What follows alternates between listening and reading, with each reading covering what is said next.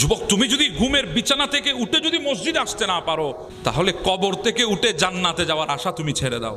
এমন এক দুঃসময় যখন দেখবেন সামনে কোনো পথ নাই, অন্ধকার আর অন্ধকার দেখা যাচ্ছে, আপনার জীবনের রাস্তাটা পুরোটা অন্ধকার হয়ে গেছে, ওই দুঃসময়ে জীবনের অন্ধকারকে যদি আপনি আলোয় পরিণত করতে চান, তাহলে সবচাইতে পাওয়ারফুল হচ্ছে একটা সিজদা। আপনি সিজদায় পড়ে যান ওই মুহূর্তে যখন পিঠ দেওয়ালে ঠেকে গেছে, আপনি সিজদায় পড়ে যান ওই মুহূর্তে যখন চারিদিকে আপনার জন্য দুশ্মন পয়দা হয়ে গেছে। যদি একবার সিজদায় যেতে পারেন তাহলে বুঝবেন আল্লাহর দয়া কাকে বলে। ওই সিজদা এমন এক পাওয়ারফুল আল্লাহর দরবারে, এমন এক মকবুল আল্লাহর দরবারে, ওই একটা সিজদায় সমস্ত বিপদ মুসিবত দূর করে আল্লাহ আপনাকে সম্মানিত করবেন দয়ার মাধ্যমে। সুবহানাল্লাহ। রবের সাথে বিচ্ছেদ ঘটায়েন না ভাই। ফজরটা পড়েন, দেখবেন শয়তানের সাথে আপনার আপনি বিচ্ছেদ ঘটে গেছে। আপনি জোহরে দাঁড়িয়ে যান, শয়তান পালিয়ে গেছে। আপনি আসরে দাঁড়িয়ে যান, শয়তান বহু দূরে চলে গেছে। আপনি মাগরিবে দাঁড়িয়ে যান, দেখবেন শয়তান আপনার পাশেও আসে না। আপনি এশায় দাঁড়িয়ে যান, শয়তান আপনার থেকে মুখ ফিরিয়ে নিয়েছে। কারণ যখন বান্দা রবের সাথে সম্পর্ক গড়ে, তখন সবচাইতে বিচ্ছেদ ঘটে শয়তানের সাথে। কথা বলেন ঠিক না? আমরা সময়কে দোষ দিই, আমরা মানুষকে দোষ দিই, কিন্তু কখনো হৃদয়ের দরজায় কড়া নেড়ে আমরা জিজ্ঞাসা করি নাই নিজেদের ভেতরে কতটুকু আলো আছে। নিজেদের চরিত্র মানুষকে আল্লাহর দিকে ডাকে নাকি দূরে ঠেলে দেয়? আমরা চাই পৃথিবী সুন্দর হোক, কিন্তু আমাদের মুখের ভাষা কঠিন। আমরা চাই মানুষ সত্যবাদী হোক, কিন্তু নিজেদের জিহ্বার এখনো মিথ্যা থেকে মুক্ত হয় নাই। আমরা চাই সমাজ সুন্দর হোক, অথচ আমাদের হৃদয়ে হিংসা, বিদ্বেষ, অহংকার, রাগে ভরা। যে মানুষ নিজের নফসকে জয় করতে পারবে না, সে মানুষ কখনো দুনিয়া জয় করতে পারবে না।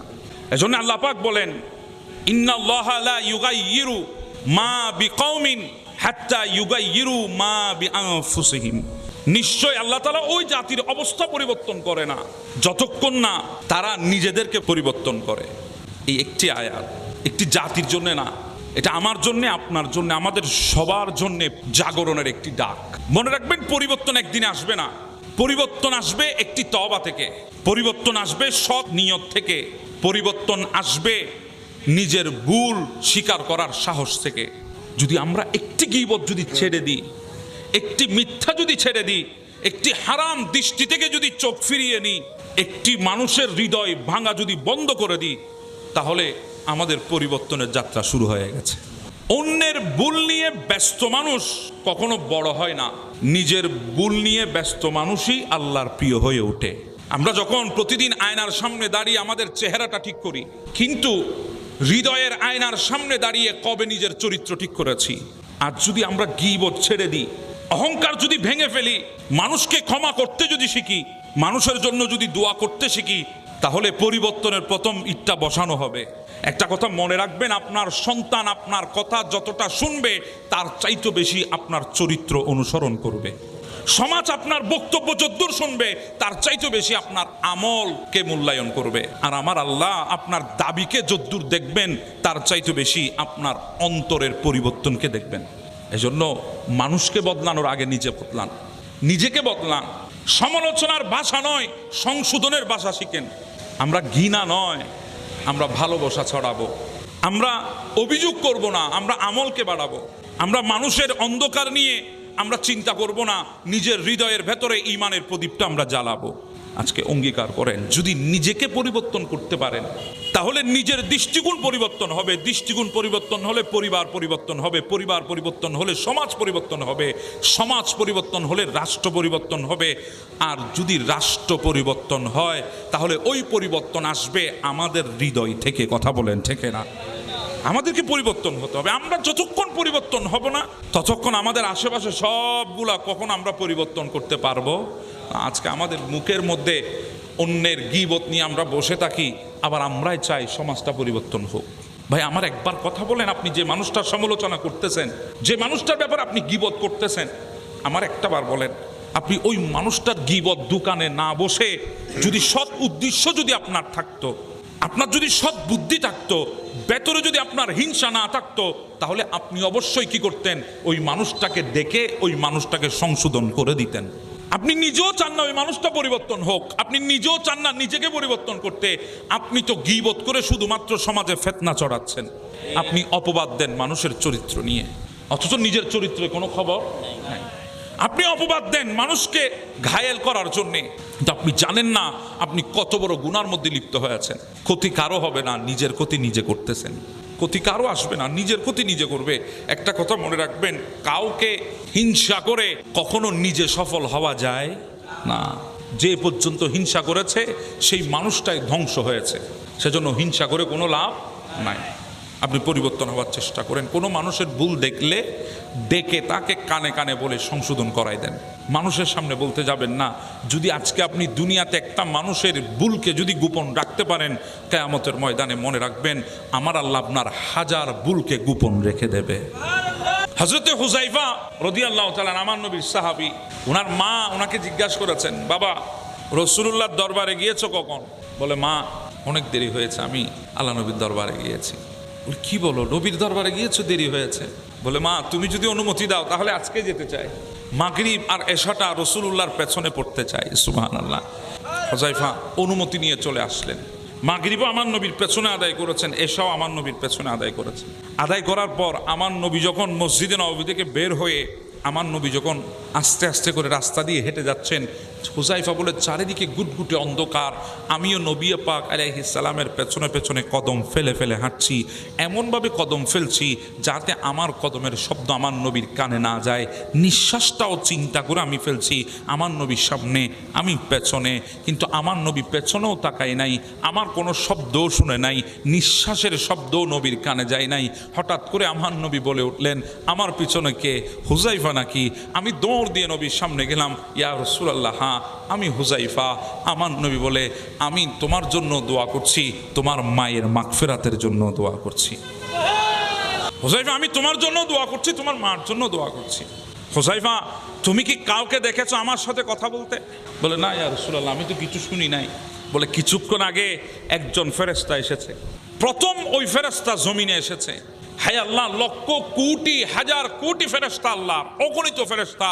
কোন ফেরেশতা কয়বার দুনিয়া এসেছে এটাও আমার নবী জানে। যেখানে আমার নবীর কাছে ফেরেশতার খবর আছে, এবার বুকে হাত দিয়ে বলেন, উম্মতের খবর কি নবীর কাছে না? কে কতবার দুনিয়ায় এসেছে সে খবর আমার নবীর কাছে আছে। হুযায়ফা, এমন একজন ফেরেশতা আজকে এসেছে, সে দুনিয়ার জমিনে প্রথম এসেছে। সে আসছিল আমার কাছে, আল্লাহ ডাকলার কাছে গিয়েছেন অনুমতির জন্য। আল্লাহ আমাকে অনুমতি দিন, আমি একবার জমিনে যাব। আমি তো কখনো জমিনে যাই নাই। আল্লাহ বলে, জমিনে যাবা? বলে, হ্যাঁ। তাহলে যাও। কি জন্য যাবা? একবার আপনার নবীকে সালাম দিয়ে আসবো। আল্লাহ বলে, ঠিক আছে যাও, তবে যাবে যখন একটা সুসংবাদ নিয়ে যাও। হুযায়ফা, ওই ফেরেশতা এসেছে। যখন আসমানের দরজা খুলেছে, আমি নবী আসমানের দরজা খোলার আহাট শব্দ পর্যন্ত আমি নবী কানে শুনেছি। ফেরেশতা এসেছে। হুযায়ফা সুসংবাদ নিয়ে এসেছে, দুইটা সুসংবাদ। আমাকে এসে বলেছে, ইয়া রাসূলুল্লাহ, আপনাকে সালাম দেওয়ার জন্য এসেছে। আমি সালাম নিলাম। এরপরে বলেছে, ইয়া রাসূলুল্লাহ, আল্লাহ সুসংবাদ পাঠিয়েছে, আপনার কলিজার টুকরা কন্যা ফাতেমাতুজ জোহরা, ওনাকে আমার আল্লাহ জান্নাতের তরুণ যুবতীদের সরদারিনী বানিয়েছেন।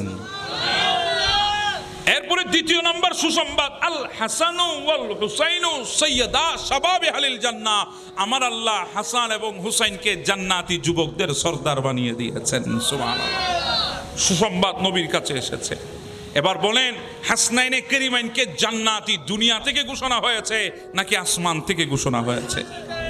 ইনাদেরকে আসমান থেকে ঘোষণা এসেছে, ইনাদের জন্যে আসমান থেকে এসেছে, ওনাদের সরদারিয়তের ব্যাপারে। এবার বলেন, আমরা যাদেরকে ইমাম মেনেছি, যাদেরকে মোহাব্বত করেছি, এদের সাথে রিশতা কি দুনিয়ায় শেষ হয়ে যাবে নাকি কিয়ামতের ময়দানেও থাকবে? আমার নবী বলে, উম্মত শোনো, দুনিয়ার এমন কোনো সম্পর্ক নাই যে সম্পর্ক কিয়ামতের ময়দানে টিকবে। বাবার সাথে ছেলের সম্পর্ক ছিন্ন হয়ে যাবে, মায়ের সাথে মেয়ের সম্পর্ক ছিন্ন হয়ে যাবে, বাপ বেটার সম্পর্ক ছিন্ন হয়ে যাবে, দাদা নানার সম্পর্ক ছিন্ন হয়ে যাবে। পৃথিবীর বুকে যত গোষ্ঠীর রিশতা আছে, বংশের নাতা আছে, সবগুলা ছিঁড়ে যাবে, সম্পর্ক ছিন্ন হয়ে যাবে। কিন্তু আমার আহলে বাইতের সাথে যারা সম্পর্ক রাখবে, এই সম্পর্ক কিয়ামতের ময়দানেও থাকবে, জান্নাতেও থাকবে। মায়েশা সিদ্দিকা রাদিয়াল্লাহু তাআলা আনহা ইরশাদ করছেন, আমার নবী হুজুরে পাক থেকে বের হয়েছেন। আমার নবী যখন রাস্তা ধরে যাচ্ছেন, আমার নবীর শরীরে একটা চাদর মোবারক আছে। আমার নবী হঠাৎ করে দেখলেন ইমাম হাসানকে, আমার নবীর টান দিয়ে ইমাম হাসানকে চাদরের নিচে ঢুকাইয়াছেন। কিছুক্ষণ পরে দেখেছেন ইমাম হুসাইন আলাইহিস সালামকে, ওনাকে টান দিয়ে চাদরের নিচে ঢুকিয়েছেন। কিছুক্ষণ পর দেখছেন ফাতেমাতুজ জাহরাকে, ওনাকে টান দিয়ে নবী চাদরের নিচে ঢুকিয়েছেন। কিছুক্ষণ পরে দেখছেন হযরতে মাওলা আলী শেরহুদাকে, ওনাকেও টান দিয়ে চাদরের নিচে ঢুকাইয়েছেন। এরপরে আমার নবী এই আয়াতে কারিমা তেলাওয়াত করেছেন, ইন্নামা ইউরিদুল্লাহু লিইউযহিবা আনকুমুর রিজসা আহলাল বাইতি ইউতাহিরুকুম তাতহীরা। আমার নবী এই আয়াতে কারিমা তেলাওয়াত করে গোটা পৃথিবীর মানুষকে বুঝিয়ে দিয়েছেন, আল্লাহ যাদের থেকে অপবিত্রতা দূর করে বের করে দিতে চায়, যাদেরকে পবিত্র করতে চায়, তারাই হলো আমার এই কলিজার টুকরা হাসনাইনে কারিমাইন ফাতেমা এবং আলী। জোরে বলেন সুবহানাল্লাহ। ইনাদেরকে পবিত্র করেছেন কে? আল্লাহ। শুধু ইনারা পবিত্র এমনটা না, ইনাদের যে দুইটা নাম ইমাম হাসান এবং হুসাইন, ইনাদের নামের আগে দুনিয়াতে কেউ হাসান ছিল না, ইনাদের নামের আগে দুনিয়াতে কেউ হুসাইন ছিল না। যেমনি ভাবে আমার নবীর আগে দুনিয়াতে কোনো মোহাম্মদ ছিল না। আমার নবী বলে, উম্মত, আল্লাহ আমি নবীর নামকে হামদের চাদরের নিচে গোপন করে রেখে দিয়েছে। আমি নবীর নাম যতক্ষণ মোহাম্মদ হয়ে আসি নাই আমি নবী, ততক্ষণ দুনিয়াতে কারো নাম মোহাম্মদ ছিল না। ঠিক তেমনি ভাবে হাসান এবং হুসাইন এই দুইটা নামকে আমার আল্লাহ হুসনের পর্দার ভেতরে গোপন করে রেখেছে। ইমাম হাসানের আগে দুনিয়াতে কোনো হাসান ছিল না, ইমাম হুসাইনের আগে দুনিয়াতে কোনো হুসাইন ছিল না। সুবহানাল্লাহ। একটা কথা চিন্তা করেন, ইনারা এমন এক পরিবারের সদস্য। আমাদের দেশে সচরাচর দুনিয়ায় সন্তান আসলে বাবা কানের মধ্যে আজান দেয়, সন্তান কানের মধ্যে আজান দেয়, কিন্তু হাসনাইনে কারিমাইন এরা যখন দুনিয়ায় এসেছেন, রসুল করিম নিজের জুবানে পাক দিয়ে ইনাদের কানের মধ্যে আজান এবং একামত দিয়েছেন। চিন্তা করুন, দুনিয়ার বুকে আমরা যখন কোনো ফুল দেখি, আমরা ফুলগুলোর সুঘ্রাণ নেওয়ার চেষ্টা করি। আমার নবীর কাছে যখন হাসনাইনে কারিমাইন আসতেন, আমার নবী দুইজনকে জড়িয়ে ধরে আমার নবী তাদের থেকে ঘ্রাণ নিতেন, এভাবে করে নিঃশ্বাস টান দিতেন। সুবহানাল্লাহ। আমার নবী বলতেন, দেখো আমার কুলে যাদেরকে দেখছো আমি সুঘ্রাণ নিচ্ছি, কারণ এরা দুনিয়ার ফুল না, এরা জান্নাতের ফুল। সুবহানাল্লাহ। দুনিয়ার ফুলের সুঘ্রাণের কিছু সময় থাকে, কিছু ডেট থাকে, কিন্তু এই জান্নাতি ফুলের সুঘ্রাণের কোনো সময়সীমা থাকে? এনারা আবাদুল আবাদ খুশবু ছড়াতে থাকে। কথা বলেন ঠিক না? আজকে যদি খুশবু যদি না ছড়াতো, তাহলে কারবাল্লা থেকে কখনো হুসাইনের আলোচনা বাংলার জমিনে আসতো না। কথা বলেন ঠিক না? ইয়েজিদিরা মনে করেছে ওই ফুলগুলাকে দাফন করে দিয়ে সুবাস বন্ধ করে দিয়েছে, কিন্তু না, এরা তো জান্নাতি ফুল। এদের সুবাস এমন ভাবে ছড়িয়েছে, এরা দুনিয়া থেকে হাসনাইনে কারিমাইনকে সরিয়ে দিলেও ইনাদের সুবাস গোটা পৃথিবীতে ছড়িয়ে পড়েছে। কথা বলেন ঠিক না বেটা? বলক নামে একটা শহর আছে দুনিয়াতে, বলক। ওই শহরের মধ্যে দুর্ভিক্ষ দেখা দিয়েছে। আমাদের বাংলাদেশেও স্বাধীনতার পরে একটা সময়ে আমাদের দেশেও দুর্ভিক্ষ দেখা দিয়েছে। কথা বলেন ঠিক না? বলক শহরেও দুর্ভিক্ষ দেখা দিয়েছে। মানুষ বলক থেকে তার পার্শ্ববর্তী দেশ সমরকান্দের মধ্যে পাড়ি জমানো শুরু করেছে। আমাদের পার্শ্ববর্তী দেশ হচ্ছে ভারত, মায়ানমার। কথা বলেন ঠিক না? এগুলো আমাদের পার্শ্ববর্তী দেশ। বলকের পার্শ্ববর্তী দেশ ছিল সমরকান্দ। ওই বলক থেকে মানুষ সমরকান্দের মধ্যে চলে আসতেছে, সমরকান্দে ঝুঁকতেছে মানুষ। সমরকান্দে যখন চলে আসতেছে, আস্তে আস্তে একটা নবী পাক আলাইহিস সালামের আওলাদের একটা পরিবার, আওলাদ রসুল, এনারাও বলক থেকে সমরকান্দে এসেছে। কারণ ওখানে দুর্ভিক্ষ দেখা দিয়েছে, খানা নাই, ওখানে খাবারের জন্য কোনো জিনিসপাতি নাই, সেজন্য দুর্ভিক্ষের কারণে ওনারা পার্শ্ববর্তী দেশে চলে এসেছেন। ওই নবী পাকের আওলাদের পরিবারে একজন মহিলা ছিল, 3 জন ছোট কন্যা ছিল, 4 জনের এই পরিবার। এখানে কোনো পুরুষ ছিল না। আহলে রসুলের ওই সৈয়দ জাদি ওই মহিলা ওই সন্তানগুলাকে মসজিদের পাশে, তৎকালীন জামানায় মসজিদের পাশে কিছু মুসাফের খানা থাকতো, এখনো আরবের মধ্যে আছে মসজিদের পাশে মুসাফের খানা। মানুষ সেখানে মুসাফের যারা সেখানে বিশ্রাম নেয়, সেখানে পানীয় থাকে, সেখানে খেজুর থাকে, যেগুলো ফ্রিতে দেওয়া হয় মুসাফেরদেরকে। তৎকালীন জামানায় সমরকান্দ এমন একটা পরিবেশ ছিল, সেখানে আহলে রসুলের ওই ছোট কন্যাদেরকে ওখানে রেখে ওই সৈয়দ জাদি বের হয়েছেন সমরকান্দে কোনো একজন প্রভাবশালী মানুষের কাছে গিয়ে একটু কিছু সাহায্যের জন্যে।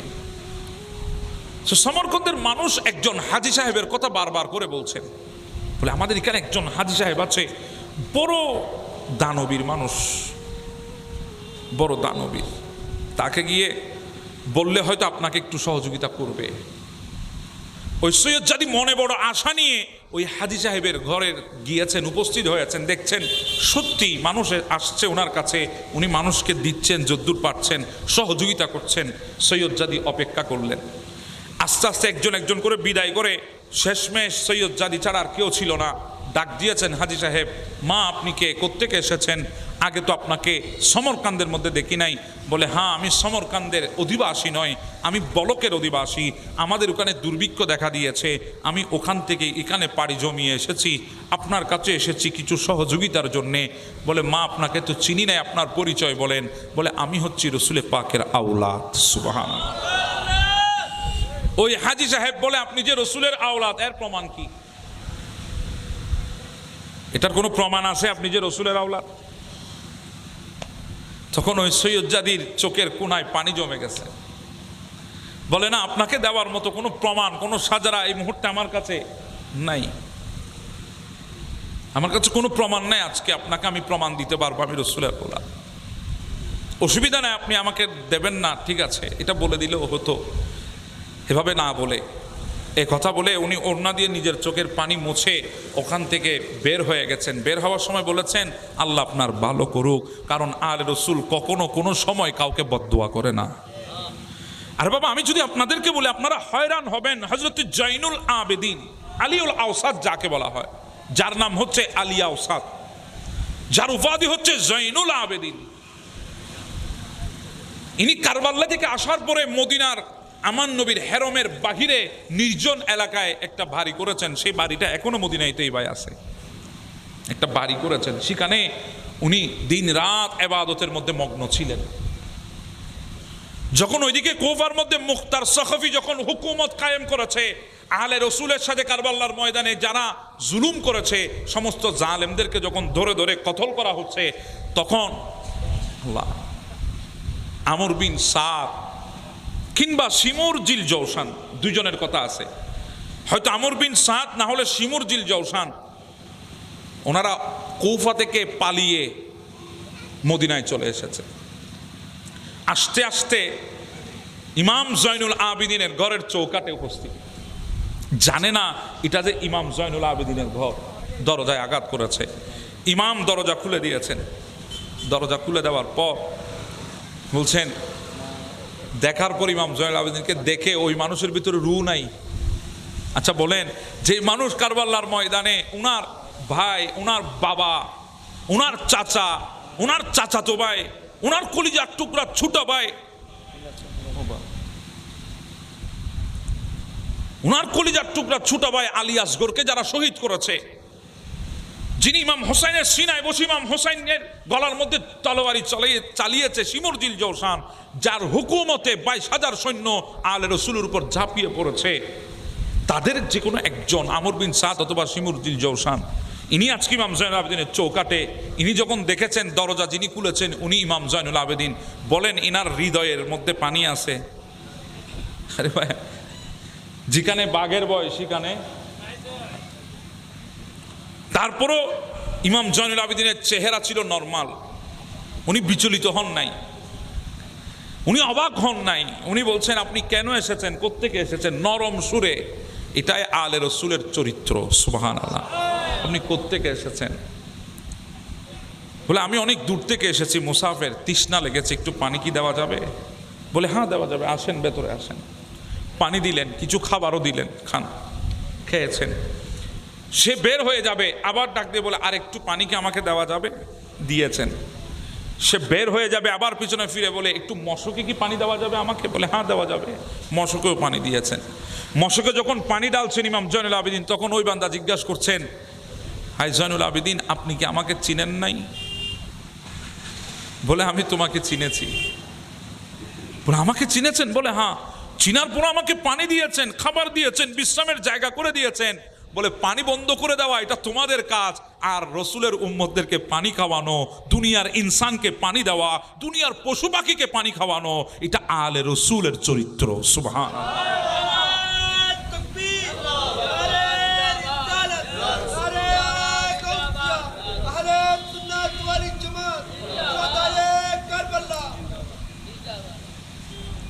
ওই সৈয়দ জাদি উনি চোখের কোণা মুছে উনি চলে আসলেন।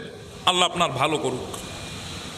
মন খারাপ, মন ছোট, হঠাৎ রাস্তায় একজনের সাথে দেখা।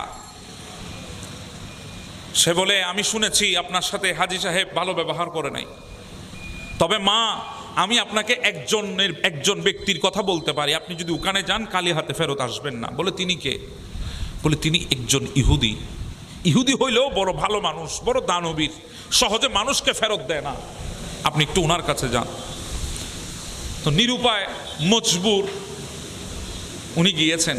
দেখেন অনেক মানুষ ইহুদির কাছে এক একজন এক এক কথা বলছে, উনি সে মোতাবেক সাহায্য করছেন। সৈয়দ জাদি গিয়ে এক পাশে বসে আছেন। সবাইকে শেষ করার পর ওই ইহুদির নজর সৈয়দ জাদির দিকে গেল, গিয়ে বলে, মা আপনি কোত্থেকে এসেছেন? বলে, বলখ থেকে এসেছি, ওখানে দুর্ভিক্ষ দেখা দিয়েছে, আমরা অসহায় হয়ে আমরা সমরকান্দে এসেছি। বলে, মাশাআল্লাহ, তা আমার কাছে কি মনে করে? বলে, কিছু সাহায্যের জন্য এসেছি। মা আপনি কে? আপনার পরিচয় কি? বলে, আমার পরিচয় হচ্ছে, আপনি মুসলমানের নবীকে চিনেন? বলে, কেন চিনবো না? মুসলমানের নবীকে চিনে না এমন কোনো পশুও তো জমিনের মধ্যে নাই। আমি অবশ্যই ইহুদি, কিন্তু এরপরও আমি নবী আখিরুজ্জামানকে চিনি, আমি নবী রহমতুল আলামিনকে চিনি, অবশ্যই আমি ওনাকে চিনি। তখন ওই সৈয়দ জাদি বলছেন, হে ইহুদি শোনো, ওই মুসলমানদের নবীর রক্ত আমার শরীরের মধ্যে প্রবাহিত। সুবহানাল্লাহ, আমি রসুলের আওলাদ, আমি সৈয়দ জাদি। এই কথা শুনতে দেরি, ইহুদি চেয়ার থেকে দাঁড়াতে দেরি করে নাই, চেয়ার থেকে লাফ দিয়ে দাঁড়িয়ে গেছে। আপনি নবী আখিরুজ্জামানের আওলাদ? বলে, হ্যাঁ। মা আসেন, আপনি আমার সাথে ভেতরে আসেন। বলে, আমার 3টা কন্যা আছে অমুক মসজিদের মুসাফের খানায়, আপনি চিন্তা করবেন, আমি এখন মানুষ পাঠিয়ে দিচ্ছি, নিয়ে আসবে। মা আসেন। আপনি খাদেমদেরকে ডাক দিলেন, খাদেমরা আয় তাড়াতাড়ি এদিকে আয়, আমার ঘরের সবচেয়ে সুন্দর কামরাটা তাড়াতাড়ি পরিষ্কার কর। বলে, হ্যাঁ ওই ঘরটা তো আজকে সকালে পরিষ্কার করেছি। বলে, সকালে করলেও আবার কর পরিষ্কার। বলে, কেন? বলে, আমার ঘরে এমন একজন মেহমান এসেছে, আমার জিন্দেগি দিয়ে দিল এই মেহমান দ্বিতীয়বার আর আসবে না। সুবহানাল্লাহ, তাড়াতাড়ি ঘর পরিষ্কার কর। ঘর পরিষ্কার করা হলো। এই আমার খাদেমরা এদিকায়, আমার ইনকামের সবচাইতে পিওর হালাল যে ইনকামের মধ্যে একটা পয়সাও হারাম নাই, পিওর যে হালাল ইনকাম, ওই ইনকাম থেকে ইনাদের জন্য খরচ করবি, ইনাদেরকে হারাম থেকে কোনো কিছু দিবি না। আমার ঘরে যেগুলো ডেকসি আছে, প্লেট আছে, বাসন আছে, পেয়ালা আছে, গ্লাস আছে, জগ আছে, এগুলা দিয়ে ইনাদেরকে মেহমানদারি করবা না, কারণ আমরা ইহুদি। আমরা যেগুলো ব্যবহার করেছি এগুলো ইনাদেরকে দেওয়া যাবে না, ইনারা রসুলের আওলাদ। যাও বাজারে গিয়ে নতুন করে সব কিনে নিয়ে আসো। সব কিনে আনা হলো, বাজার সদাই করা হলো, রান্না বান্না করা হলো, বিশাল এক চায় ইন্তজাম করেছে, দস্তরখান বিছানো হয়েছে, সমস্ত প্লেটগুলো চায়ের উপর তোলা হয়েছে। খাদেমরা চায়টা নেবে, ইহুদি গিয়ে বলে, রাখো, তোমরা চায় নেবে না, চায়টা আমি নেব।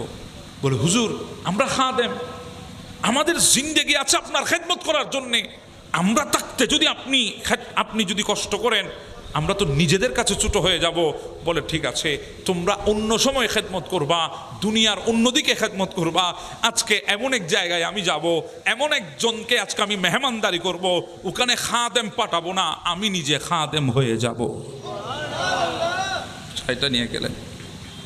মা আপনি তো রসুলের আওলাদ, হয়তো আমি জানছি না আপনার যথার্থ ইজ্জত করতে, যথার্থ আপনাকে মূল্যায়ন করতে আমি পারছি না। জানি আমি ইহুদি, আমি ফকির মানুষ, ইহুদি মানুষ, আমি এগুলো জানি না, কিন্তু আমি চেষ্টা করছি আপনাকে একটু মেহমানদারি করার জন্য, আমি চেষ্টা করছি আপনাকে একটু তাজিম করার জন্য। কতটুকু পারছি আল্লাহ বেহতর জানে, আমি জানি না। মা আমার ইজ্জতে যদি কমতি হয় আমাকে মাফ করে দেবেন, আমার ইজ্জতে যদি বেহুরমতি হয় আমাকে মাফ করে দেবেন। মা আপনি যতদিন ইচ্ছা, যতদিন আপনার মনে চায়, আপনার থেকে কোথাও যাওয়ার দরকার নেই, আপনি এখানেই থাকবেন, কিছু লাগলে আমাকে বলবেন, আমি আনবো আপনার জন্যে। মা একটা কথা বলবো। বলে, হ্যাঁ বলেন। বলে, মা যদি আজকে রসুলুল্লাহর দরবারে যদি ফরিয়াদ করেন, একটু করে রসুলুল্লাহকে আমি ইহুদির কথাটা বলবেন, আমার কথাটা একটু বলবেন, আমি ইহুদির একটা সালাম রসুলুল্লাহকে দেবেন। জানি আমি ইহুদি, এরপরও রসুলুল্লাহকে একটা সালাম দেবেন। এ কথা বলে ওই ইহুদি সৈয়দ জাদির রুম থেকে বের হয়ে চলে গেল। রাত নেমে আসলো, সবাই ঘুমিয়ে গেছে। ওই হাজী সাহেব যিনি প্রমাণ খুঁজেছিল আলে রসুলের, উনিও ঘুমে গেছেন। ওই হাজী সাহেব হঠাৎ করে ঘুমে দেখতেছেন বিশাল একটা ময়দান, আর ওই ময়দানের মধ্যে মানুষ একটা বিরাট লাইন ধরেছে। উনিও মানুষের পেছনে গিয়ে দাঁড়িয়েছে, দেখতেছে ওই লাইনটা জান্নাতীদের লাইন। যেতে যেতে মানুষ সব ঢুকে গেছে। উনার পালা যখন আসলো, ফেরেশতারা ওনাকে আটকিয়ে দিল। উনি বলে, আমি মুসলমান, আমি রাসূলুল্লাহর উম্মত, আমাকে যেতে দাও। এ কথা বলতে তাকে ধাক্কা দিয়েছে। সে ধাক্কা গিয়ে জমিনে পড়ে গেছে। আর জমিনে পড়ে যখন উঠতে যায়, হঠাৎ করে পেছনে ফিরে তাকায়, আমার নবীকে দেখা যাচ্ছে। সে দৌড় দিয়ে আমার নবীর কাছে গিয়েছে, ইয়া রাসূলুল্লাহ, আমি জান্নাতে ঢুকছিলাম, ফেরেশতারা আমাকে ধাক্কা দিয়ে ফেলে দিয়েছে। ইয়া রাসূলুল্লাহ, একটু ফেরেশতাদেরকে বলে দেন না আমাকে একটু জান্নাতে যেন ঢুকায়। আমার নবী বলে, তুমি কে? বলে, আমি মুসলমান। তুমি কে? আমি আপনার উম্মত। তুমি যে মুসলমান, তুমি যে আমার উম্মত, এটার কোনো প্রমাণ কি তোমার কাছে আছে? এই কথাটা স্বপ্নের মধ্যে শোনার সাথে সাথে হাজী সাহেব লাফ দিয়ে বিছানা থেকে উঠে গেছে। লাফ দিয়ে উঠে সারা রাত আর ঘুমায় না। বুঝে গেছে সকালে আলে রসুল আসছিল, প্রমাণ খুঁজেছে, আমার নবী সেটাই দেখিয়ে দিয়েছে। সকাল হতে দেরি ওই হাজী ঘর থেকে বের হয়ে দৌড়ানো শুরু করেছে। বলক থেকে আলে রসুলের একটা পরিবার এসেছে, কোথায় তারা? মানুষের কাছে গিয়ে গিয়ে জিজ্ঞাসা করছে। শেষ পর্যন্ত খবর পেয়েছে ইহুদির ঘরে আছে। দৌড় দিয়েছে, দরজায় আঘাত করেছে, ইহুদি বের হয়েছে। ভাই, আমি শুনেছি তোমার কাছে আমার নবীর পরিবারের আওলাদরা আছে। বলে, হ্যাঁ। বলে, তুমি তো ইহুদি, তোমার সাথে নবীর আওলাদদের সাথে কিসের সম্পর্ক? আমাকে দিয়ে দাও, আমার বড় প্রয়োজন নবীর আওলাদদেরকে, আমাকে দিয়ে দাও, আমি মেহমানদারি করবো, আমি তাদের দেখভাল করব। তোমার তো তাদের সাথে কোনো কাজ নাই, আমারে দাও। তখন ইহুদি বলছে, হাজী সাহেব, গতকালকে আসলে একটু চিন্তা করতাম, আজকে আর চিন্তা করব না। আজকে চিন্তা করার সুযোগ নাই। গতকাল আসলে দিব কি দিব না এটা চিন্তা করতাম, কিন্তু আজকে চিন্তাও করব না, তোমাকে দিবও না। বলে, কেন? বলো, হাজী, তুমি যেই স্বপ্ন ঘুমে দেখেছো, আমি সেই স্বপ্ন বাস্তবে জাগ্রত অবস্থায় দেখেছি। তুমি তো দেখেছো রাসূলুল্লাহ তোমাকে বলেছে তুমি মুসলমান, আমার উম্মতের প্রমাণ কি? আর রাসূলুল্লাহ আমার ঘরে এসে আমাকে ডাক দিয়েছে, ও ইহুদি, আমার আওলাদকে এত মোহাব্বত কেমনে দেখালি? ও হাজী, তুমি তো কলমা পড়েছো কোনো আলেমের হাতে, কোনো বুজুর্গের হাতে, কোনো সুফির হাতে, কিন্তু আমি ইহুদি গতকাল রাসূলুল্লাহর হাতে হাত দিয়ে কলমা পড়ে মুসলমান হয়ে গেছি।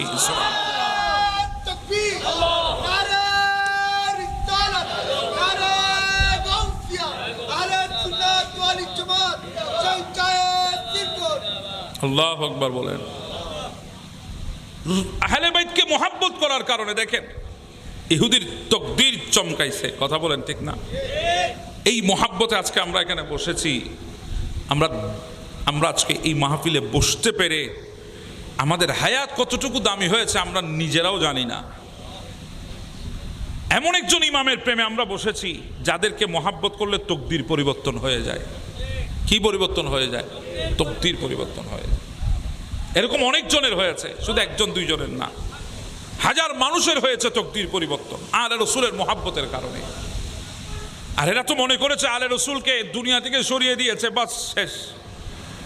না, আলে রসুলকে দুনিয়া থেকে সরাতে গিয়ে তারা নিজেরা যে কদ্দুর সরে গেছে নিজেরাও তা জানে না। আমার বাবারা, উবাইদুল্লাহ জিয়াদ ইমাম হুসাইন রাদিয়াল্লাহু তাআলা আনহুর সরে পাক, সাথে ময়দানে কারবালায় যারা শাহাদাত বরণ করেছে তাদের সরে পাক, তার সাথে হযরতে জয়নাব বিনতে ফাতেমা, আহলে বাইতের যেসব মহিলা শহের বানু, বিবি রুবাব, সকিনা সহ যারা ছিল সবাইকে কয়েদি বানিয়ে 70 জনের একটা কাফেলা করে দামেস্কে ইয়াজিদের দরবারের দিকে রওনা করিয়ে দিয়েছে। হাওলি বিন ইয়াজিদ ওই কাফেলার প্রধান হয়েছে। হাতের মধ্যে নেজা তীর ছিল, তীরের উপর ইমাম আলী মকাম ইমাম হোসেন আলাইহিস সালামের মাথা মুবারক গাঁথা অবস্থায় ছিল। সবাই রওনা করেছে সামনের দিকে। যেতে যেতে যেতে আলে রসুলের মহিলাদেরকে উটের উপর বসিয়েছে। জৈনুল আবিদিন আলিউল আওসাদ ছিল, ওনাকে বসিয়েছে উটের উপরে। হাওলি বিন ইয়াজিদ হাতের মধ্যে ইমাম হোসেন আলাইহিস সালামের মাথা নিয়ে ঘোড়ার উপরে বসে সামনের দিকে আছে। ঘোড়া সামনের দিকে যায়, কাফেলা হাওলি বিন ইয়াজিদকে ফলো করে করে চলে। কদ্দূর যাওয়ার পর ইমাম হোসাইনের মাথা যে তীরের মধ্যে গেঁথে আছে, ওই তীরটা হাওলির হাত থেকে ছুটে জমিনের মধ্যে পড়ে জমিনের সাথে গেঁথে গেছে। হাওলি বিন ইয়াজিদ ঘোড়া থেকে নামার পরে ওই তীরের কাছে গিয়ে অনেকক্ষণ তীরকে টানে, কিন্তু ওই তীর জমিন থেকে উঠে না। হাওলির সৈন্যরা গিয়েও তীরকে টানে, তীর উঠে না। ইমাম হোসাইনের মাথা মুবারক যেই তীরে ছিল ওই তীরটা গেঁথে আছে, কেউ তুলতে পারে না। অনেক চেষ্টা করার পরে জয়নুল আবেদিনকে ডাকা হলো। জয়নুল আবেদিন, কি হলো দেখো, তোমার বাবার মাথা মুবারক যেই তীরের মধ্যে, ওই তীরটা আমার হাত থেকে ফসকে পড়ে জমিনের মধ্যে গেঁথেছে তো গেঁথেছে, আর তাকে ওঠানো যায় না। জয়নুল আবেদিন, যাও গিয়ে দেখো কি অবস্থা, তুমি একটু গিয়ে দেখো পারো কিনা। ইমাম জয়নুল আবেদিন ইমাম হোসেন আলাইহিস সালামের মাথা মুবারকের কিনারে এসে আসসালামু আলাইকুম ওয়া রাহমাতুল্লাহ বলে সালাম দিয়েছে। দুনিয়া দেখে আছে ইমাম আলী মুকাম ইমাম হোসেন আলাইহিস সালাম, শরীর নাই, শুধু মাথা মুবারকটা আছে। ওই মাথা মুবারকের ঠোঁট নেড়ে নেড়ে জয়নুল আবেদিনের সালামের জবাব দিচ্ছে।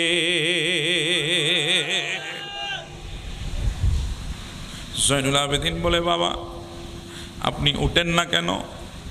ইমাম ডাক দিয়ে বলে, জয়নুল আবেদিন, তোমাদেরকে বলেছিলাম আমার মেয়ে সকিনাকে একটু দেখে শুনে রাখবা, আমার সকিনাকে একটু দেখে রাখবা, কিন্তু আমার সকিনা তোমাদের সওয়ারি থেকে পেছনে পড়ে গেছে, তোমাদের কারো কোনো খবর নাই।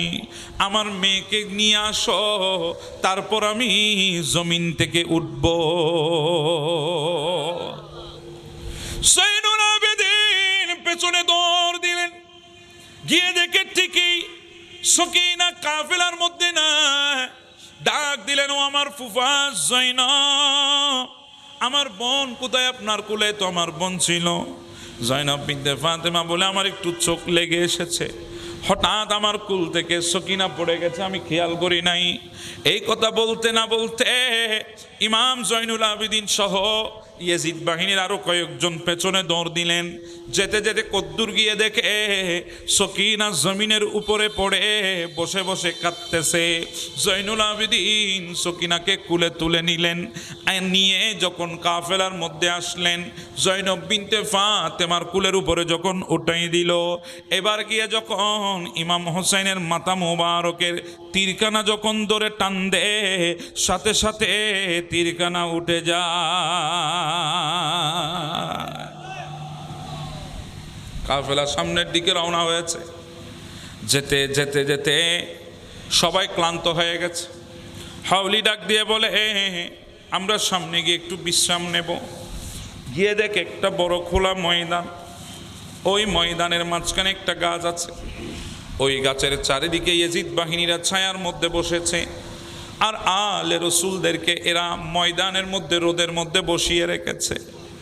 এরা আলে রসুলকে রোদের মধ্যে বসিয়েছে, কিন্তু এরা জানে না ময়দানের রোদ, দুনিয়ার রোদ এগুলো ক্ষণস্থায়ী, কিন্তু কিয়ামতের ময়দানের রোদ তো সবচাইতে বড় কঠিন। ওনাদেরকে বসিয়ে রেখেছে। তাদের মধ্যে তন্দ্রা চলে আসলো, চোখের মধ্যে ঘুম চলে আসলো। হঠাৎ করে যখন ঘুম ভাঙে, দেখে সন্ধ্যা নেমে আসতেছে। হাওলি ডাক দিয়ে বলে, সৈন্যরা রে, তাড়াতাড়ি উঠো, কোলা ময়দান আমাদের জন্য নিরাপদ নয়। আমাদেরকে সন্ধ্যা নেমে আসতেছে, তাড়াহুড়া করে রাত গভীর হওয়ার আগে আগে একটা নিরাপদ জায়গা দেখে আমাদেরকে অবস্থান করতে হবে। যাও তাড়াতাড়ি কাফেলাকে বাহনের উপরে তোলো। সবাই তাড়াহুড়া করে বাহনের মধ্যে উঠে গেল। ঘোড়া এবং ওটগুলা সামনের দিকে রওনা হয়ে গেল। হাউলি যেই ঘোড়ার মধ্যে আছে সেই ঘোড়াটা সবার আগে, তার হাতের মধ্যে ইমাম আলী মাকাম হুসাইন আলাইহিস সালামের মাথা মুবারক আছে। ঘোড়া যখন সামনের দিকে যায়, কদ্দুর যাওয়ার পরে ঘোড়ার সামনে যায় না, দাঁড়িয়ে গেছে, আর কদম সামনের দিকে ফেলে না। হাউলি ডাক দিয়ে বলে, জয়নুল আবেদিন, আমি এত চেষ্টা করি ঘোড়াকে সামনে নিয়ে যেতে, ঘোড়া তো সামনের দিকে যাই না, কি হয়েছে দেখো, তোমার বোন তোমাদের সাথে আছে কিনা দেখো। জয়নুল আবেদিন গিয়ে দেখে ফুফার কুলের মধ্যে সকিনা নাই। ফুফা, আমার সকিনা কোথায়? বলে, সকিনাকে তো আমরা মনে হয় ফেলে এসেছি, আমরা তাড়াহুড়া করে সাওয়ারির উপরে উঠতে গিয়ে সকিনার কথা ভুলে গেছি। তাড়াতাড়ি আবার কাফেলা পেছনে নিয়ে যাওয়া হলো। ময়দানের কিনারায় যখন কাফেলা গেল, জয়নব বিনতে ফাতেমা উট থেকে নেমে একটা দৌড় দিয়ে যেখানে বসেছে সেখানে যখন যায়, কাছাকাছি যখন হলো, হঠাৎ করে দেখতেছে সকিনাকে একজন মহিলা কুলের মধ্যে নিয়ে আলতো করে ঘুম পাড়িয়ে দে।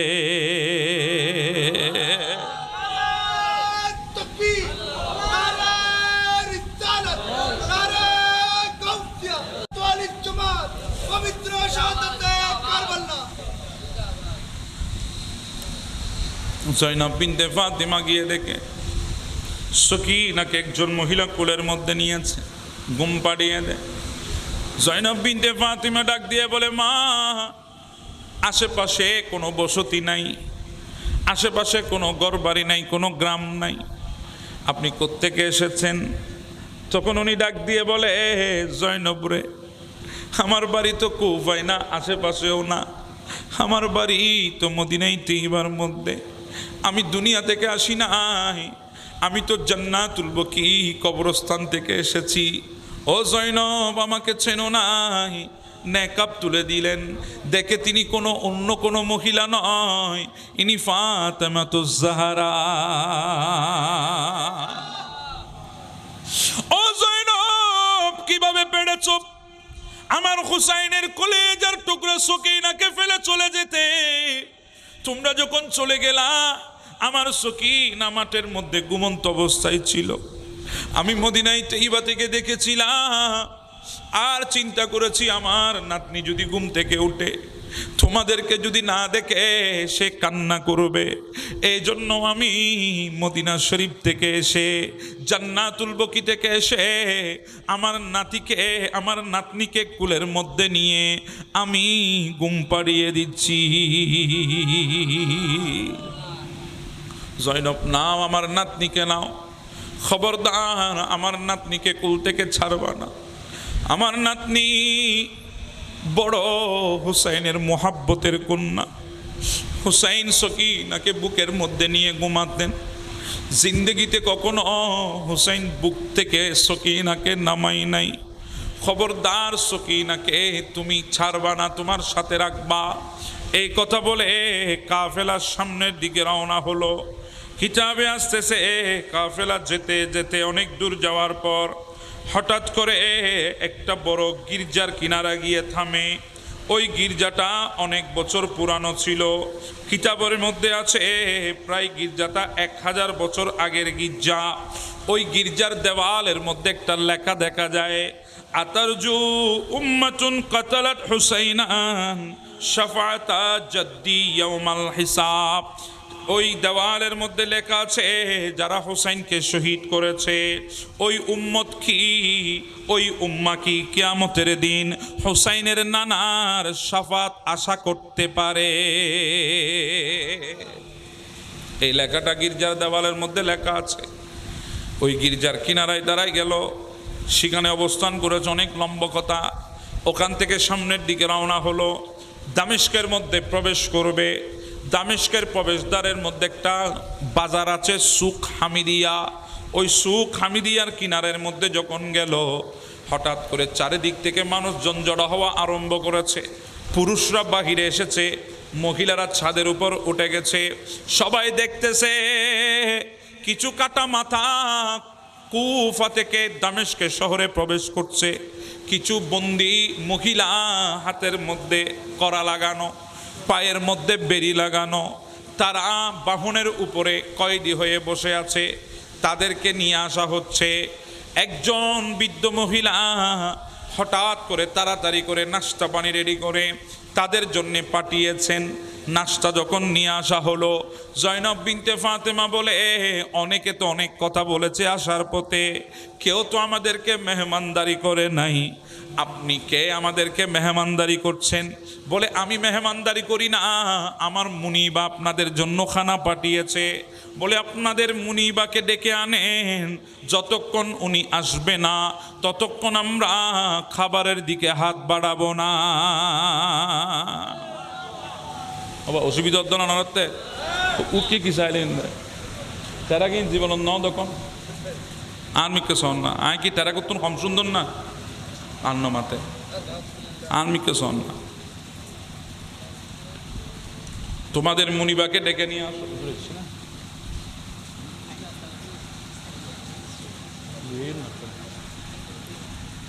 তোমাদের মুনিবা মহিলাকে ডেকে আনো। ওই বৃদ্ধ মহিলা আসলেন, গুজু দিয়ে হাতের মধ্যে লাঠি, সোজা হয়ে দাঁড়াতে পারে না।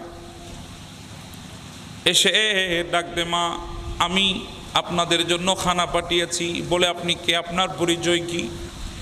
বলে, মা আমি হাবশের একজন রাজকুমারী ছিলাম। একদিন হঠাৎ আমার কানে কে এসে বলেছে, দুনিয়ার বুকে আল্লাহর পেয়ারা নবীর আগমন হয়েছে, আল্লাহর পেয়ারা মাহবুব নবী পাক আলাইহিস সালামের আগমন হয়েছে। ওনার সিরত শুনে, ওনার সুরতের বর্ণনা শুনে আমি আর নিজেকে সামলাতে পারি নাই। বাবাকে বলে রাজত্ব ছেড়ে দিয়েছি, মসনদ ছেড়ে দিয়েছি, রাজকুমারী থেকে নিজেকে বঞ্চিত করে নিয়েছি। আস্তে আস্তে সিরিয়ার মধ্যে আসলাম, ওখানে বসতি শুরু করলাম। সিরিয়ার মধ্যে আসার পর শুনতে পেয়েছি রাসূলুল্লাহ মক্কায় নাই, মদিনায় চলে গেছে। আমি আমার বাবাকে নিয়ে মদিনায় গেলাম। আমার নাম মাইমুনা।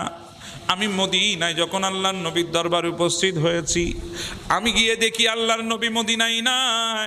আমার নবী মদিনার বাহিরে কোথায় জানি গিয়েছে, রাষ্ট্রীয় সফরে। মানুষ আমাকে জিজ্ঞাসা করে কোত্থেকে এসেছেন, আমি সব কিছু বললাম। কেন এসেছেন? আমি নবী পাকের কলমা পড়ার জন্য এসেছি। তাহলে দেরি কেন? আল্লাহর নবী না থাকলে কি হবে? আল্লাহর নবীর কলিজার টুকরা কন্যা ফাতেমাতুজ জাহরা তো আছে। ওই কয়েদি মহিলা, আমি গেলাম মা ফাতেমার ঘরে। আমি কে দেখেছি, কি দেখলাম? আল্লাহর কসম, আমি আমার জীবনে সর্বপ্রথম আসমানের চাঁদকে জমিনে দেখেছি। ডর করে হন না সুবহানাল্লাহ। আসমানের চাঁদ কোথায় দেখেছি? জমিনে দেখেছি। আমি নিজেকে আর মানাতে পারলাম না। আমি ওনার হাতে হাত দিয়ে কলমা পড়লাম।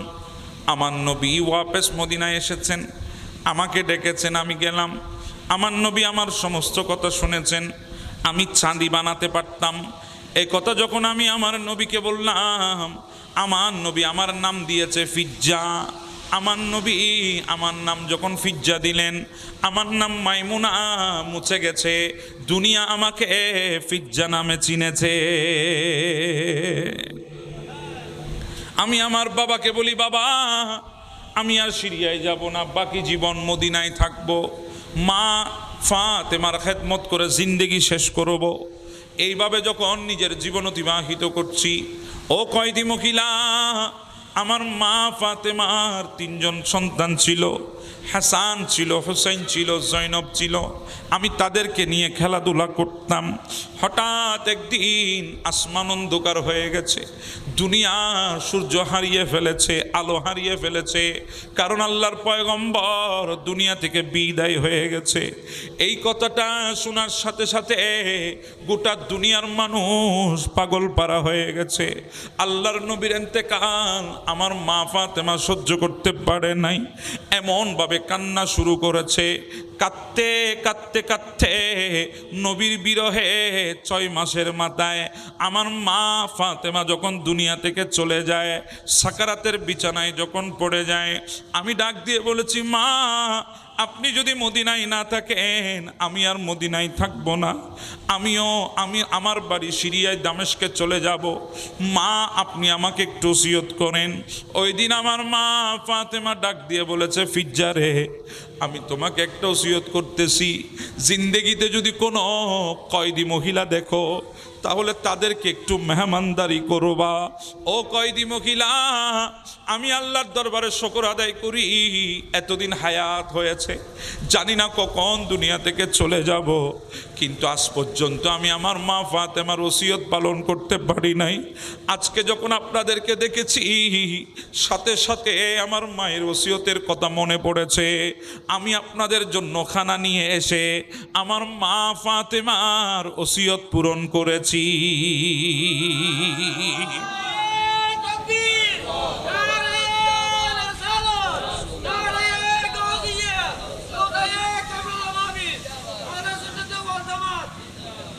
অসুবিধা হয় আপনাদের? জি বলেন, অসুবিধা হচ্ছে? আমি আজকে আমার মা ফাতেমার ওসিয়ত পালন করেছি। ওই ফিজ্জা জানে না ইনারা কারা। তখন জৈনব বিনতে ফাতেমা ডাক দিয়ে বলে, ফিজ্জা রে, আপনার কোনো আখের ইচ্ছা কি আছে বলেন, একটু দোয়া করি আল্লাহর দরবারে। বলে, হ্যাঁ আমার একটা আখের ইচ্ছা আছে।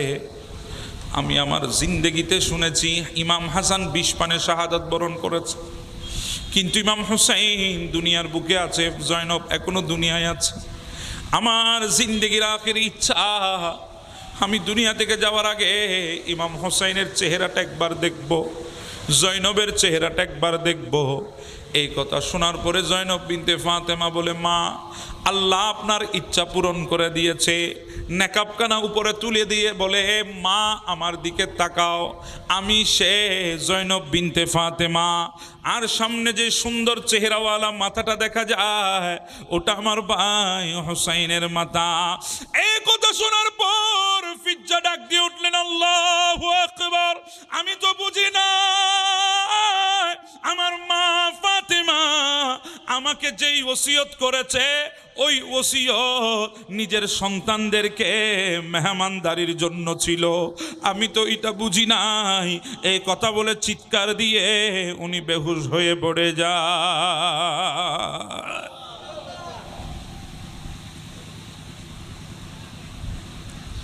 উনি একজন হাবশের রাজকুমারী থেকে শুধু আহলে বাইতের মোহাব্বতের হওয়ার কারণে আজকে গোটা দুনিয়া ফিজ্জার তারিফ আর প্রশংসা করে।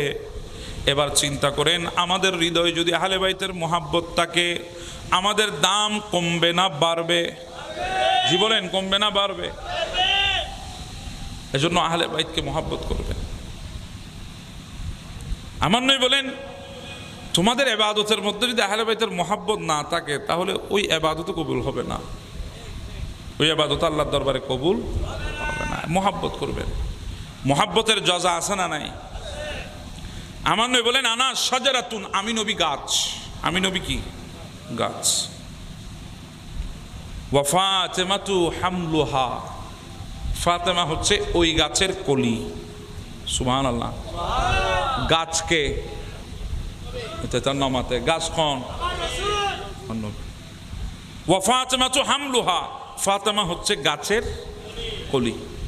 ওয়া আলিউন লিকাউহা, আলী হচ্ছে ওই গাছের গোটা। তো জোরে বলেন সুবহানাল্লাহ।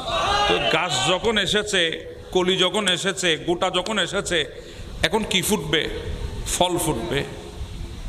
আল হাসানু ওয়াল হুসাইনু সামারুহা, হাসান হুসাইন হচ্ছে ওই গাছের ফল। আর একটু জোরে বলেন না সুবহানাল্লাহ। আমার নবী বলে আমি গাছ, গাছের কলি হচ্ছে ফাতেমা, গাছের গোটা হচ্ছে আলী, আর ওই গাছের ফল হচ্ছে ইমাম হাসান এবং হুসাইন। এবার গাছের একটা জিনিসের অভাব আছে, সেটা কি? পাতার অভাব। কিসের অভাব? পাতা। তো পাতারও দরকার আছে না নাই? আমার নবী বলেন ওয়াল মুহিব্বুনা আহলাল বাইতি ওয়ারাকুহা, যারা এদেরকে মোহাব্বত করবে, গাছকে মোহাব্বত করবে, কলিকে মোহাব্বত করবে, গুটাকে মোহাব্বত করবে, ফলকে মোহাব্বত করবে, যে গাছ নবী, কলি ফাতেমা, গুটা আলী, ফল হাসান আর হুসাইন, এদেরকে যারা মোহাব্বত করবে, ওয়াল মুহিব্বুনা আহলাল বাইতি ওয়ারাকুহা, যারা এদেরকে ভালোবাসবে, এরা হবে ওই গাছের এক একটা পাতা। আর একটু জোরে বলেন না সুবহানাল্লাহ। তামান নবীর হাদিস মোতাবেক আমরা হচ্ছি ওই গাছের পাতা, কারণ আমাদের দিলের মধ্যে আহলে বাইতের মোহাব্বত আছে না নাই? জীবনে আছে না নাই? আছে। আমরা হচ্ছে ওই গাছের এক একটা পাতা। আর যখন গাছের পাতা আপনি হবেন, হুম ফিল জান্নাতি হাক্কা হাক্কা, তখন ওই গাছের পাতা, আমার নবী বলছেন, ওই গাছের প্রত্যেকটা পাতা হবে জান্নাতি। সুবহানাল্লাহ। আর একটু জোরে বলি সুবহানাল্লাহ। ওই গাছের পাতা সবাই কি হবে? জান্নাতি হবে। আল্লাহ আমাদেরকে আহলে বাইতকে মোহাব্বত করার তৌফিক দান করুন। তো মোহাব্বত কি মুখে দাবি করবেন? জি বলেন, মুখে দাবি করবেন? ইমাম দুনিয়া থেকে যাচ্ছেন, নামাজের কথা বলেছেন? নামাজের কথা ইমাম বলেছেন? বলেন নাই। ইমামের যাওয়াটাও ছিল সিজদার উপরে। কিসের উপরে? তো সেজন্য আমি বলি, যখন সময় আসবে এমন দেখবেন সামনে আর কোনো পথ নাই। ما بعد فقد قال الله تعالى عز وجل في شان حبيبه آمرا ومخبرا إن الله وملائكته يصلون على النبي يا أيها الذين آمنوا صلوا عليه وسلموا تسليما اللهم صل على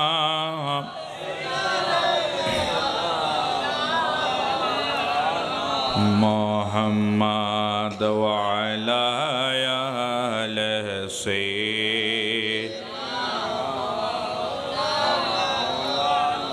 تیرے قربانی نے زندہ کر دیا اسی لاموں کو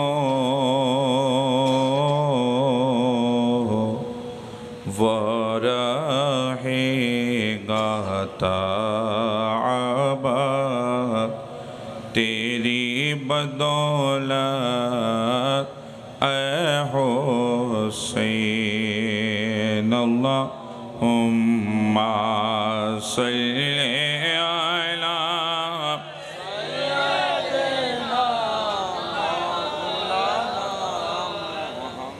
وعلی آل سیدنا مولانا حال میرا کچھ بھی ہو میرا عقیدہ ہے یہی بخشے وائے گی مجھے تیری محبت اے حسین اللہم صلی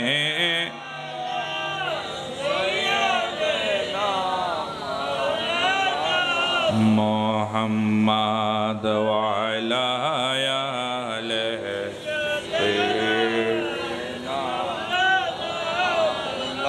صلاة يا رسول الله عليكم صلاة شیروں کے ماں نند جو مکان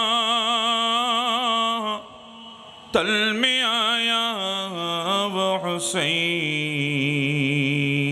حسین جو 72 زخم کا کہ مسکرایا وہ حسین صلاۃ یا رسول اللہ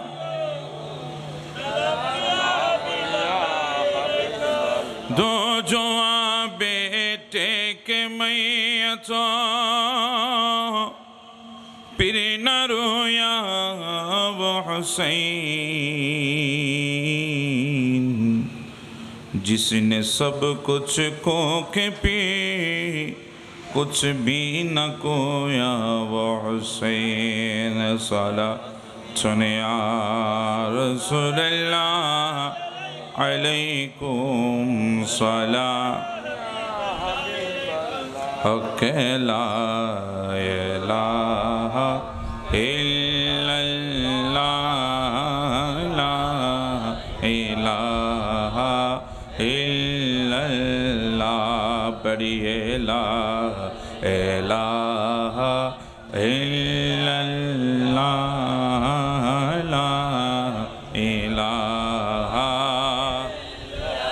حسبی ربی جل اللہ ما فی قلبی غیر اللہ حسبی ربی جل اللہ ما فی قلبی غیر اللہ نور محمد صلی اللہ نور محمد صلی اللہ پڑھیے لا الہ الا اللہ کہ لا الہ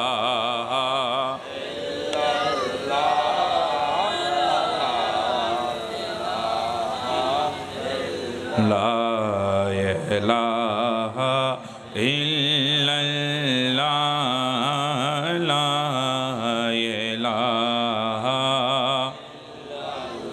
لا الہ الا اللہ محمد رسول اللہ صلی اللہ تعالی علیہ وسلم زہرا کے لال جسی دم رخصت ہوئی جہاں سے پانی بھی خون بہ کر برسات ہوا آسماں سے زہرا کے لال جسی دم رخصت ہوئی جہاں سے پانی بھی خون بہ کر برسات ہوا آسماں سے اصغر کا کیا خطا تھے اے ظالموں بتا دے کب سے طرف رہا ہے پانی ذرا پلا دے کب سے طرف رہا ہے پانی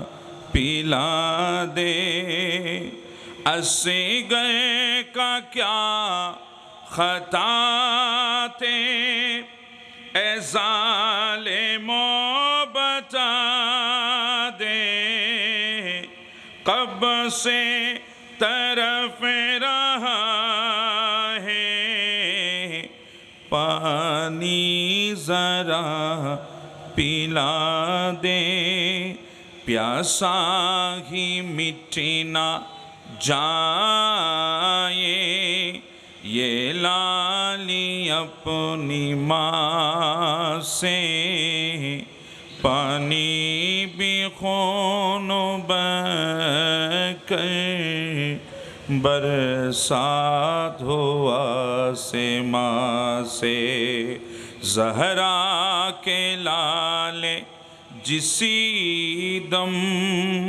رخصت ہوئی جہاں سے پانی بھی خون بہ کر برسات ہوا سے ماں سے زخموں سے چوری تھا رنگ میں شبیر کا بدن تھا ابن علی کا لاشا بے گھور و بے کفن تھا سجدوں میں سر کٹایا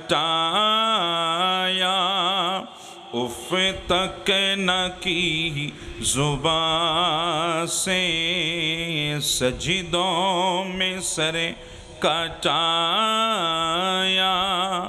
اف تک نہ کی زبان سے پانی بھی خون بہ کر برسات ہوا سے ماں سے زہرا کے لالے جسی دم رخصت ہوئی جہاں سے پانی بھی خون بہ کر برسات ہوا سے ماں سے পদ্মকার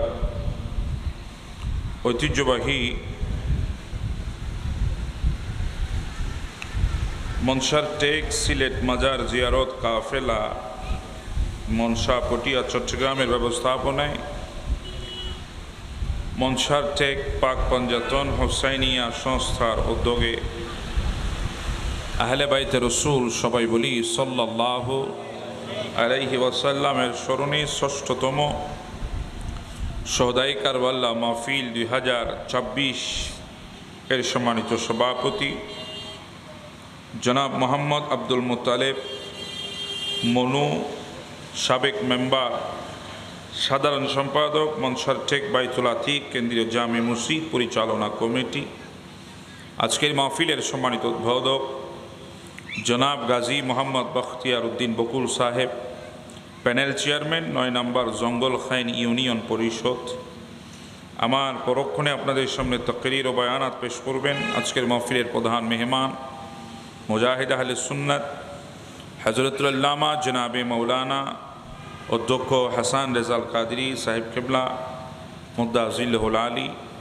সুনামধন্য অধ্যক্ষ উর্কিচর মোহাম্মদিয়া গাউসিয়া সুন্নিয়া আলী মাদ্রাসা রাউজান চট্টগ্রাম আজকের মাহফিলে আমার পূর্বে আপনাদের সামনে তাকরীর পেশ করেছেন হযরতুল হাজ আল্লামা নুরুল আমিন জিহাদি সাহেব সম্মানিত খতিব মুকাররম মনসার টেক বাইতুল আতিক কেন্দ্রীয় জামে মসজিদ আরও কোরআন ও সুন্নাহ থেকে কথা বলেছেন আলহাজ মোহাম্মদ ফরিদুল আলম সভাপতি মনসার টেক বাইতুল আতিক কেন্দ্রীয় জামে মসজিদ নাত শরীফ পরিবেশন করেছেন বিশিষ্ট নাতখা জনাব মোহাম্মদ আহসান হাবিব কাদরি বারাকাল্লাহু ফি হায়াতি সহ আমার ডানে এবং বামে অসংখ্য হযরত উলামা ইকরাম হুজ্জাজ ইকরাম হুফাজ ইকরাম বিশেষ করে আমার সামনে বসা দিনদার ইমানদার পরহেজগার মুত্তাকি আমার রসুলের উম্মতিরা বাবার বয়সী মুরব্বীরা সমবয়সী বন্ধুরা পর্দার অন্তরালের মা ও বোনেরা, কুচি কাঁচা কলিজার টুকরা সোনামণিরা, ইন্তেজামিয়া কমিটির সকল সদস্য ভাইরা বাবারা, আসসালামু আলাইকুম ওয়া রাহমাতুল্লাহি তাআলা ওয়া বারাকাতুহু। সর্বপ্রথম মহান রব্বুল আলামিনের আলিশান বারেগাহে শুকরের সুজুদ আদায় করছি, যিনি আমাদেরকে অত্যন্ত দয়া আর মেহেরবানি করে আজকের এই আজিমুশান নুরানি মাহফিলে আমাদেরকে বসার সুযোগ ও তৌফিক দান করেছেন। সে মহান রব্বুল আলামিনের দরবারে শুকরিয়া থান সবাই উচ্চস্বরে মহাব্বতে একই আওয়াজে শরীরের জমাট বাঁধা শক্তিগুলাকে এক জায়গায় করে কালিমাত শুকর উচ্চারণ করে সবাই বলি আলহামদুলিল্লাহ। আরেকটু মহাব্বতের আওয়াজে বলি আলহামদুলিল্লাহ। সাথে সাথে অসংখ্য দরুদের হাদিয়া নজরানা তোহফায়ে মোবারকা পেশ করছি আকায়ে নামেদার তাজেদারে মদিনা সুরুরে কলবসিনা রহমত কা হাজিনা আকা নবী মোহাম্মদ রসুল্লাহ সাল্লাল্লাহু তাআলা আলাইহি ওয়াসাল্লামের নূরানি আকদুসে শুকর আদায় করছি। আপনারা যারা মাহফিলে তশরিফ এনেছেন, মাহফিল যারা ইন্তজাম করেছেন, আল্লাহ পাক আমাদের আসা যাওয়া ইন্তজামিয়ার ইন্তজামাতকে আমাদের নাজাতের ওসিলা হিসাবে কবুল করে নাও।